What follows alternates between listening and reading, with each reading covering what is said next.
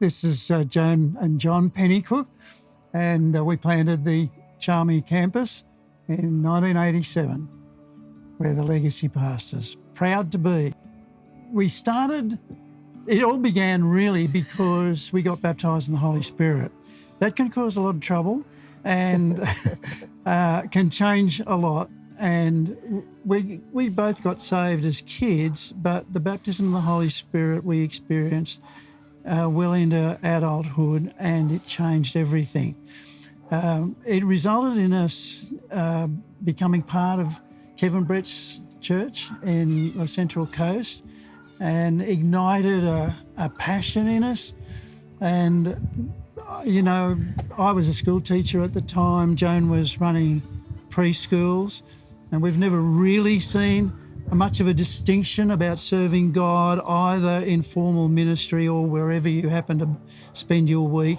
But it changed everything for us. Before we did the church, that change was there, and doing the church became the end result of that. When I got baptised in the Holy Spirit, I went off to my high school, which was Henry Kendall High School in Gosford at that time. It changed the way I went, and I felt like I was on mission there. And so a lot of students got saved during that period before we did the church. Quite a few staff members actually also.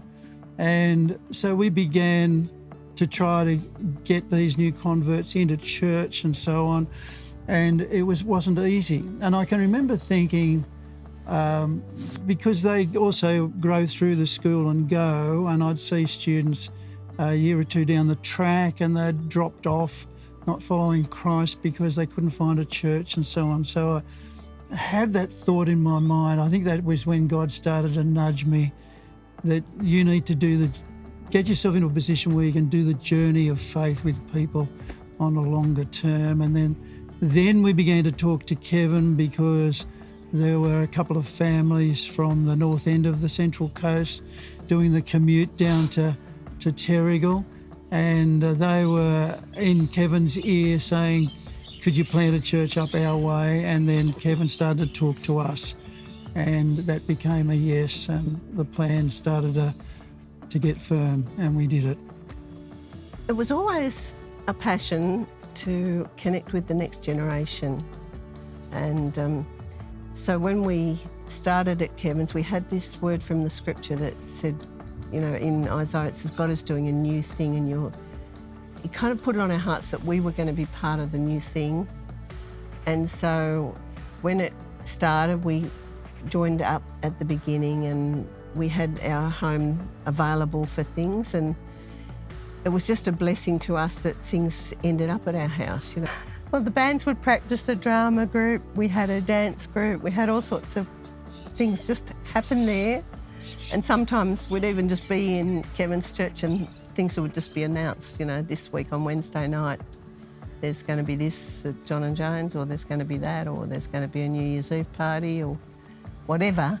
And we just felt so blessed. And then I suppose just as that went by, we did that for 6 years. And then it just came time where Kevin really came to us and said he would love to plant up in the sort of Wyong end.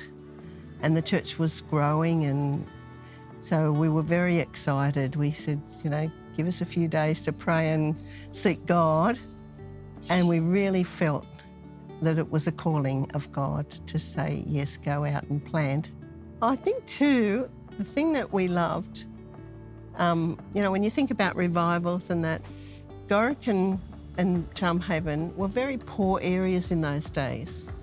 A lot of the kids had all left school very early and hadn't finished school. There was high suicide. There was, you know, the council sort of had a lot of problems in the area. And we thought, this is just ripe for the gospel. They need the good news of Jesus. And so it began to grow in us, didn't it, a passion for that area. And God, I think He put a love in our hearts for going up into that area and making a difference. And so it was the first church we'd ever pastored. We'd always been youth leaders in and other churches, and so we had to learn, and we just cried out to God and said, God, we don't know what we're doing, help us. And we just felt this from God, that he just said, just do it like you do your family. Just parent the church and like you do it in your own family. So that's basically how we started. We started at Gorican High, and we had to set everything up and we had to kind of clean it. So our 4 daughters and Paul Bucknell, who lived with us, and Dean, who was Sally's boyfriend at the time, we'd get up there early, sweep the floor, put out the chairs. Sally would play guitar or keyboard or something and lead worship, and Anne would stand at the door and greet everyone, and Jussie would play flute, and, our whole family was very much involved. Dean kind of did the sound desk, and Paul was involved, wasn't he, in ministry, and John would preach and I would run the kids' church. And it was sort of just a family package for a short while, and then gradually, as more and more people got saved and trained, we would just, enlarge each little group. But I suppose our passion was always the next generation, and our kids were very instrumental, in helping us with that, because they were always engaged with new people that arrived. At the beginning, we actually would go to morning church in Kevin's church down at Terrigal, and so we started it as a night service, didn't we? And so that we'd hop in the car and come up to Gorican, and so that's how we did things for quite a while. 3 months. And we encouraged our 4 daughters to each have multiple boyfriends so that we would swell the crowd. No, we didn't really. But we did have a few people that we called in our friendship circles to help us. And, of course, Kevin's church, they were a resource for us in those first, at least for the first 6 months. And then we started to feel like we got enough momentum to not require that as much, and things took off. Yeah, we were older as church planters, so our kids were older, for which we look back and thank God. Like that was greatly beneficial, because they were immediately part of doing it. They weren't the younger kids that needed too much hands-on. In fact, we'd pull up, they'd all jump out of the car and we wouldn't see them again till we were all jumping in to go home, really. They'd do their thing, so it kind of worked for us. One of the early things was that we didn't want to be anonymous in the community, even though we were small. And really, when we had probably an initial team of about 15 or so. Within the first 6 months, it probably grew to about 30, which we were okay with. And then there were certain scriptures that God implanted on our hearts, and one of them, the key one, which was great but did cause chaos as well, as things go, was that we should make ourselves visible in the community. So at the end of, as summer came around, at the end of the first year, we decided we'd put on a summer outreach program, and we called it Powerhouse 88 because it was a January 88, so it was at our 12-month mark. And so it's a very small church, but we did a kids program, young kids program during the day. We did surfing comps down at the Haven. We did outdoor church. One of our guests there was Pastor Darlene Check. She doesn't remember it, but we've got the evidence that she was there on the back of the truck. And so that was great, but it did produce a lot of... there was one occasion where we were on the back, going from the back of the truck, and we're in the park down towards Nora Head, and two local gangs decided that they were going to sort out their differences in the same park. And apart from having complaints by local residents because of the loudness of the music, suddenly there was this turf war going on and we had to stop everything, and the police came and all that kind of stuff. It was very, very exciting. But at the end of that week, we had registered 50 first-time commitments to Christ, which we were blown away by. A church of 30 people, we'd suddenly more than doubled in size. So those sorts of things were there. We were determined to make some sort of difference. There were things that you probably couldn't and wouldn't do now, but they worked then. How we got to be in the Come Alive Centre from Gorican High School, that was a moment as well, because the principal of the school told us at the end of the year, it comes November and school's about to close down, and he says, I can't let you have church in here during the school holidays. We're putting in a new security system. It's going to get installed during the holidays. We're not going to have a chance to give you a key and teach you how to do it. So you're out, basically. And to be honest, I was a little bit over the school as a venue, and I can remember getting in the car and I said, God, you've got to help me. And I just started to drive around the area looking for big buildings, because that's basically what I was looking for, somewhere else to have church. And I drove past this indoor sports centre. The Come Alive Sports Centre they played indoor cricket. And I went in there and just started to look around, and, the people who were there on duty followed me in and said, can I help you? What are you actually looking for? And I said, to be honest, I'm looking for somewhere to have church. And they looked at me as if, who are you? Who goes into a sports centre wanting to have church? But they were happy for us to be in there in the aerobics room.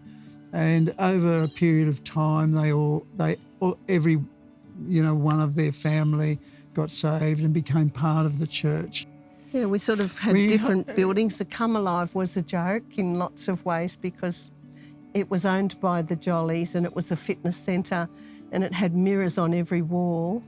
And so suddenly 100 people looked like 500 people, because you could see them all around the room in every mirror. And if you stood in the front row, you could see what everyone was doing behind you, because the whole room was mirrors. And we had lots of fun in the season of Come Alive Centre. And then we moved again, didn't we, into the Wyong Leagues Club Hall. Early in the piece, we were offered 2 acres just near the Lake Haven shopping centre, but we weren't in a position. The developers, he said, we've got a space here for public use and we would make it available to you, but we couldn't afford it. So that went on hold. But we did, right from the get-go, start to aim for our own property. And apart from looking at the land, we started to gather resources. And part of that was to have a miracle offering every year. And as that miracle offering came around, we'd cast the vision that one day we'll have our own. We were like the children of Israel aiming towards a promised land. And so gradually the nest egg began to build until we could get within reach. And the property that we ended up with on the Pacific Highway there became available. The people didn't want to sell it to us. They said, if we do sell it, we're not going to sell it to a church. We think, okay, I think God's got this, So we just remained patient and eventually went back to them again and they said yes. And you can take the story from there. Well, we purchased it in 1992 and it had a house on it. And so it was a great facility in a way. The big double garage we used for our Bible college, and the house we sort of had used for offices and everything except Sunday church was on that property. And gradually each year we had the Miracle Sunday and we'd paid for the land with the house on it. And then it came time to start building the building, and one of the people in our church came to us and said, "Do you know that the block of land directly opposite the church is coming on the market?" And so we inquired about it and we purchased it, and we actually moved the cottage across the Pacific Highway onto this vacant block of land across the road. And that was the most hilarious thing, moving a house across the road, because we'd done all the correct booking up for it, and it was supposed to all happen at 4 o'clock Sunday morning. But on the day before, it rained, and as the house was getting onto the wheels, it got bogged. And it took us a few hours, so we had the house on the road and it was 7 o'clock and we had a major traffic jam. And you think, who has a house sitting on the Pacific Highway? Anyway, eventually we did manage to get it across the road, and we'd put new foundations and we relocated it and we painted and decorated it. And that was wonderful because a lady in the church, Kath Aylward, came to us and she said, she owned a house at Budgerwoy, and she said, "I've been praying and God just shown me that I'm to buy that house that you've moved across the road." So she sold her house and she bought the house across the road. So that was a great gift to the church because it got rid of the house. We didn't have to demolish it. It established it on the other side of the road, and a bunch of us renovated it, which was fun. And we were also able to drill under the Pacific Highway to install the sewer, because the sewer was in the backyard of this block of land. So that saved us, I think it was $35,000 at the time. So that was a good move. And when we look back on that, we think, you know, God was amazing that He'd helped us with that. And then, of course, after the house had gone, the building started. And we moved, we had our big celebration of the building in June 2000, the big official opening. Well, part of that was, I suppose, Joan and myself, our own philosophy of life, in that we saw our own property that we owned as a resource for the kingdom right from the very time we got it.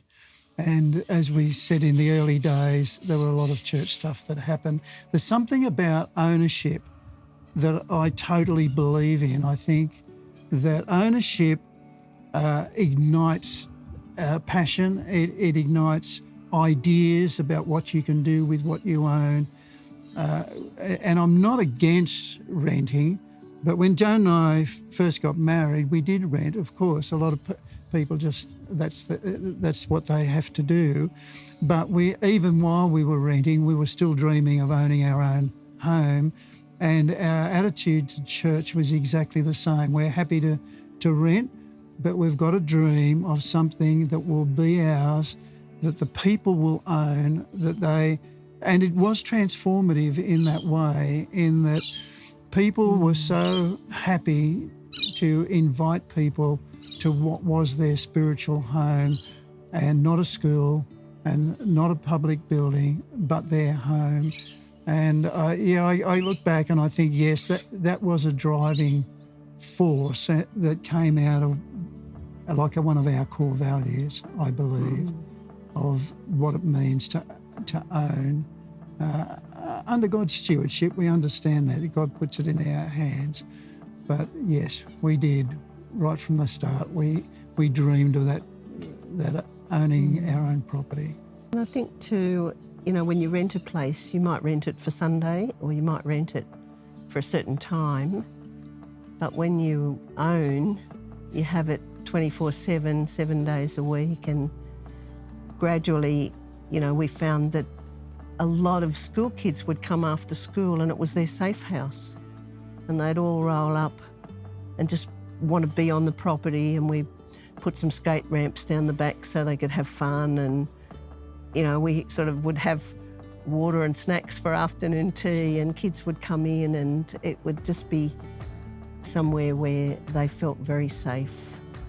And yeah, it's sort of like the family thing coming out again, you know, where mum and dad to hundreds of kids who could come and be safe there. You know, the Bible talks about be my witnesses in Jerusalem, Judea, uttermost parts of the earth. So there's no doubt that we regarded our first mission to our local area. But as we grew and grew, and you know, apart from buildings, God brings you the resources of great people as well. And as that came in and we got the building, then we started to think, well, what comes after Jerusalem, Judea, the uttermost parts? We started to broaden our thinking, and I developed a friendship with a pastor in Sri Lanka, which became probably our main missions connection. And we sent lots of missions teams over there and resourced them in many, many ways. We actually sent over quite a number of containers of shipping containers. I had a friend who was in the shipping business, and so he did it for us. I did the shipping of these things. He did it as a gift. Yes. But we were able to fill that with lawnmowers and all kinds of camping gear and whatever the Sri Lankan pastor said, could you send us this? Yes, and into the container it went. And we did send our own teams over every year, or mostly every year, to minister over there as well. That was quite an eye-opener for us in Sri Lanka, because they had the Bible, but they didn't have any other resources. And we went over there the first one was 1990, and John lectured in their Bible college, and their people would record everything, and then they would type it up into booklets and give it out, because they didn't have resource. Like we can, you know, go to a Christian bookshop and we can just buy lots of resources of anything we need. If we want Bible history or, you know, whatever we want, we can just get. But they couldn't at the time. And so they said, we can preach the gospel and we've got the Bible, but we haven't got any other resources. And so that became a part of our mission, didn't it? And then when the tsunami hit Sri Lanka, then we were able to send a lot of money over for them to rebuild houses and help them, you know, with a disaster that they were facing. So it became a great connection, and it opened people's hearts, like you say, for overseas. We had, I remember specifically an Honour Your Teacher Day, where we had got all of our youth to get a small present and write a personal letter to a teacher in their school and personally invite them to honour the Teacher Day. And we'd send out a video team to the local high school at Gorokan to interview the principal. And that became like on behalf of all principals of all the local schools. And a lot of the teachers turned up, didn't they? We had probably a total of about 70 teachers who turned up, not members of our church, but people in local schools who came because the youth had invited them. And so we used to sit down, we'd ask God, how can we make our church known outside the walls of the church, out to everyone in the community? We kind of figured that there were touch points in a person's life where they're likely to be more open to the gospel. And one of those is young people, because statistics show that people who receive Christ, the age got younger and younger. I think it probably around 14 now, but between 14 and 18 was the age where if a person came to Christ for the first time, that's how it would work. So that actually gave us a target area to aim for youth. And the other time in a person's life where they're most likely to be open to the gospel is when they're hurting. So that actually energised all of our care ministries to hurting people in our community. And we developed a separately constituted charity, and that actually provided lots and lots of salvations of older people, but people that were in a crossroads of life and hurting and so on. So to keep the flow of new converts coming in, because that's, after all, is our mission, isn't it? To bring the gospel, the good news of Christ. And we had an amazing young guy. He wasn't doing all that well at school, and at the end of the school year, the teacher that he was going to be taught by the following year came up to him and approached him in the school playground and said, "I'm going to be your teacher next year. It's going to be a great year for you." And he started to talk this kid up.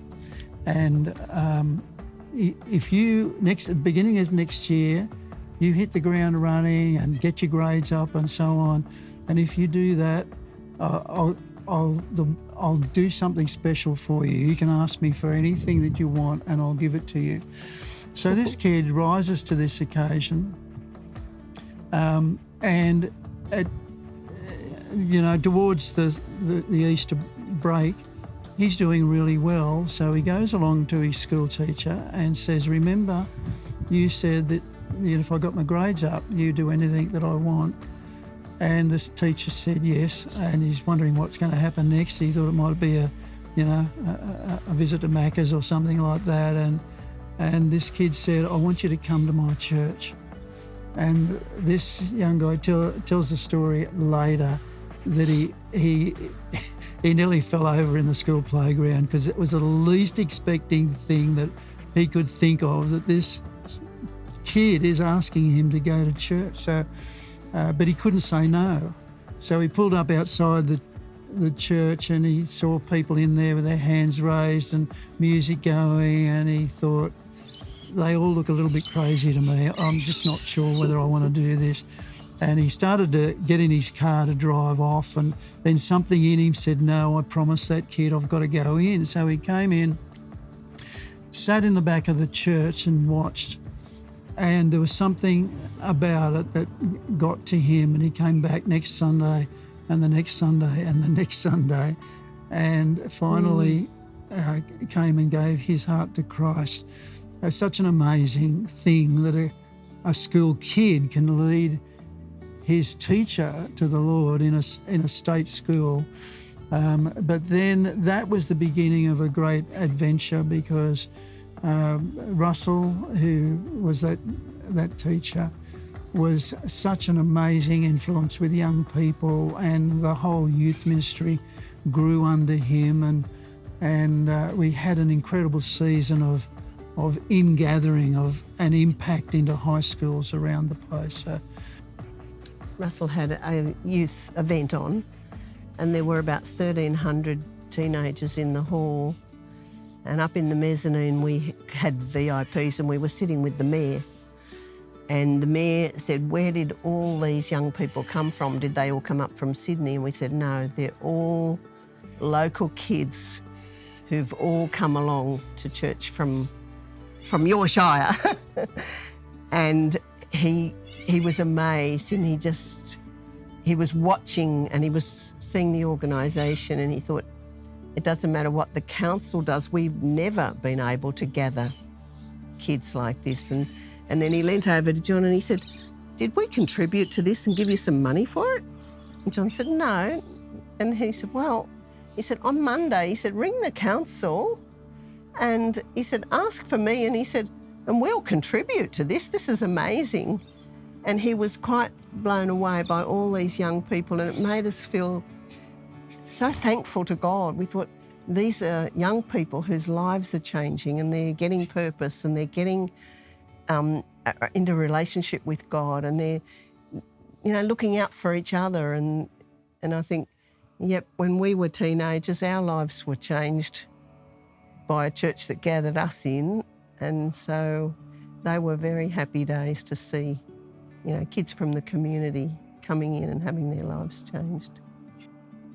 And we were so thrilled when Pastor Mark and Darlene, took the church on. It was like our morning was turned to dancing, really, during that period, and we're so thankful for them that they saw the potential that was there, not only in Charmy Church, but to do what they've done and broaden the scope of it, and to add every other campus that's been added to us, especially Gosford campus that didn't even exist before they came. It is part of that ongoing dream for us, just to witness that and to see it and rejoice in it, and to know that it's still not over. Like, the story is still to be played out, and somewhere along the line there'll be a next thing and a next thing and a next thing. And while we're alive to see it, we've got plenty of reason to rejoice. And in some ways we're so glad that we've still got some role to play in it, even by chatting to you today.